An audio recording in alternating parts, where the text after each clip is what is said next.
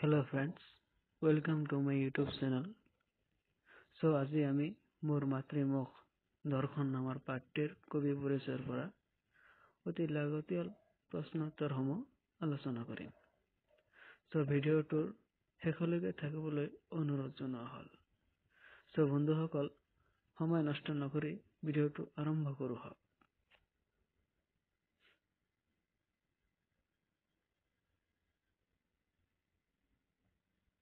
So বন্ধুসকল, ইয়াত তোমালোকে দেখিব পাৰিছা প্ৰথমটো প্ৰশ্ন, আধুনিক অসমীয়া সাহিত্যৰ কাণ্ডাৰী বুলি কাক কোৱা হয়? তো ইয়াৰ উত্তৰত আছে লক্ষ্মীনাথ বেজবৰুৱাক আধুনিক অসমীয়া সাহিত্যৰ কাণ্ডাৰী বুলি কোৱা হয়।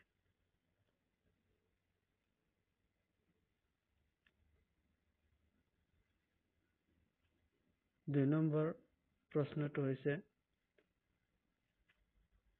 সাহিত্যৰ প্ৰতি খিতাপেৰে কাক অভিহিত কৰা হয়? ইয়াৰ উত্তৰত আছে লক্ষ্মীনাথ বেজবৰুৱাক সাহিত্যৰ প্ৰতি খিতাপেৰে অভিহিত কৰা হয়।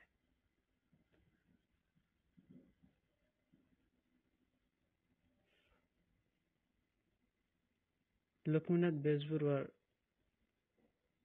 আত্মজীৱনীখনৰ নাম কি? তো ইয়াৰ উত্তৰত আছে বেজবৰুৱা দেৱৰ আত্মজীৱনীখনৰ নাম হ'ল মোৰ জীৱন সোৱৰণ।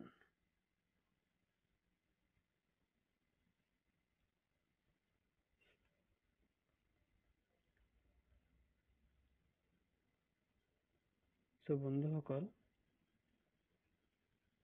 4 নম্বৰ প্ৰশ্ন আছে লক্ষ্মীনাথ বেজবৰুৱাৰ জন্ম কেতিয়া আৰু ক'ত হৈছিল?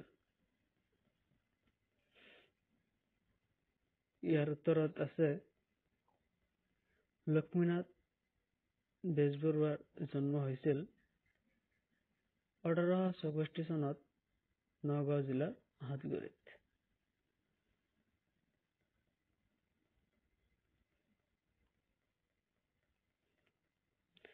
আৰু 5 নম্বৰ কুৱেশ্যনটো হ'ল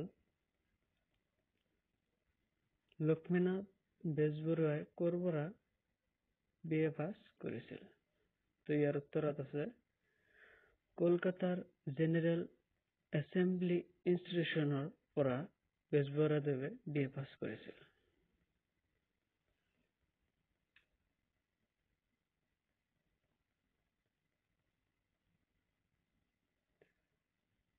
ছয় নম্বৰত আছে বেজবৰুৱাদেৱৰ কাৰ লগত বিবাহ সম্পন্ন হৈছিল? তো ইয়াৰ উত্তৰত আছে বংগৰ বিখ্যাত ঠাকুৰ পৰিয়ালৰ কন্যা প্ৰজ্ঞা সুন্দৰী দেৱীৰ লগত বিবাহ সম্পন্ন হৈছিল।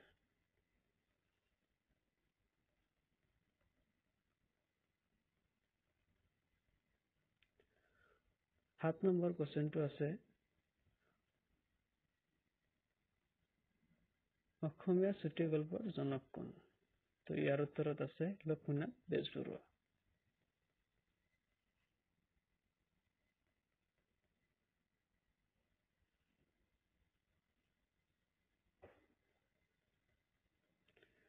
বন্ধুসকল, 8 নম্বৰ কুৱেশ্যনটো আছে বৰুৱাদেৱৰ দুখন ধেমেলীয়া নাটকৰ নাম লিখা।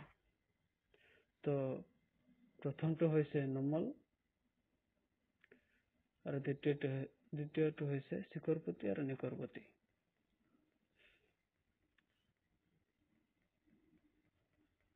ইয়াৰ পিছত 9 নম্বৰ কুৱেশ্যনটো আছে বেজবৰুৱাদেৱৰ দুখন বুৰঞ্জীমূলক নাটকৰ নাম লিখা। আৰু প্ৰথমটো হৈছে জয়মতী কুঁৱৰী চক্ৰধ্বজ সিংহ, দ্বিতীয় নম্বৰটো।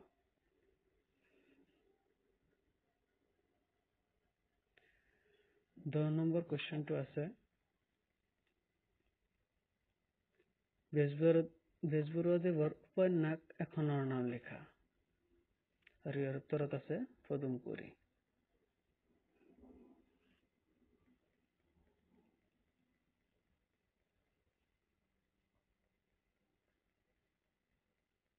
11 নম্বৰ কুৱেশ্যনটো আছে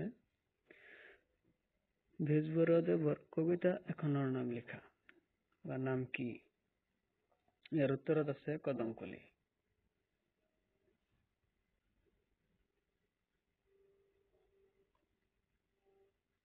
বন্ধুসকল 12 নম্বৰ কুৱেশ্যনটো হৈছে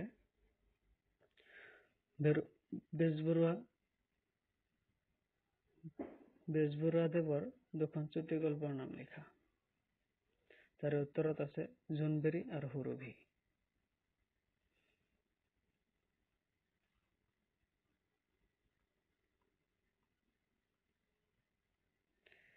13 নম্বৰ কুৱেশ্যনটো আছে বেজবৰুৱাদেৱৰ দুখন সাধুকথাৰ নাম লিখা। তাৰে উত্তৰত আছে বুঢ়ী আইৰ সাধু আৰু ককা দেউতা আৰু নাতি লৰা।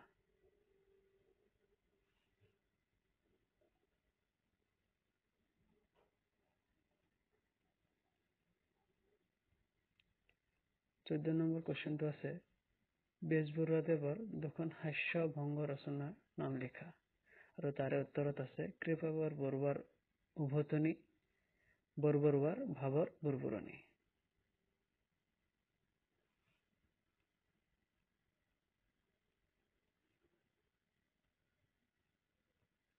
বেজবৰুৱাদেৱে ৰচনা কৰা আৰু 15 নম্বৰ কুৱেশ্যনটো আছে বেজবৰুৱাদেৱে ৰচনা কৰা দুখন জীৱনীৰ নাম লিখা আৰু তাৰে উত্তৰত আছে শ্ৰী শ্ৰী শংকৰদেৱ, মহাপুৰুষ শ্ৰী শংকৰদেৱ আৰু মাধৱদেৱ।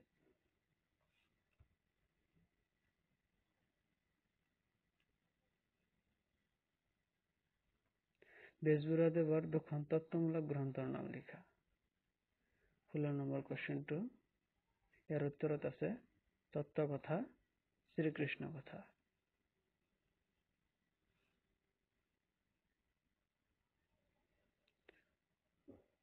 17 নম্বৰ কুৱেশ্যনটো আছে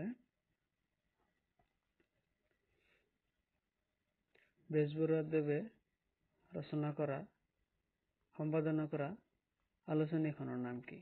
ইয়াৰ উত্তৰত আছে বাঁহী আলোচনী সম্পাদনা কৰিছিল।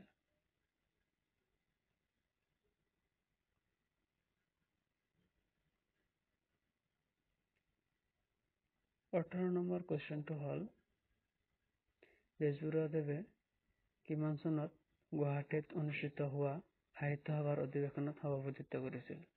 আৰু ইয়াৰ উত্তৰ হ'ল 1924 চনত।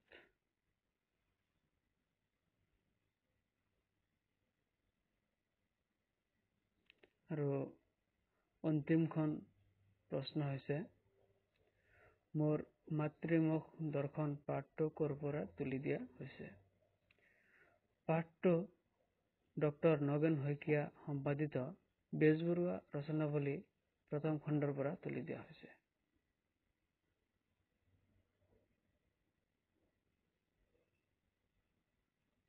বন্ধুসকল ভিডিঅ'খন ভাল লাগিলে লাইক কৰিবা, শ্বেয়াৰ কৰিবা আৰু ছাবস্ক্ৰাইব কৰিবলৈ নাপাহৰিবা। থেংক ইউ ফৰ ৱাচিং।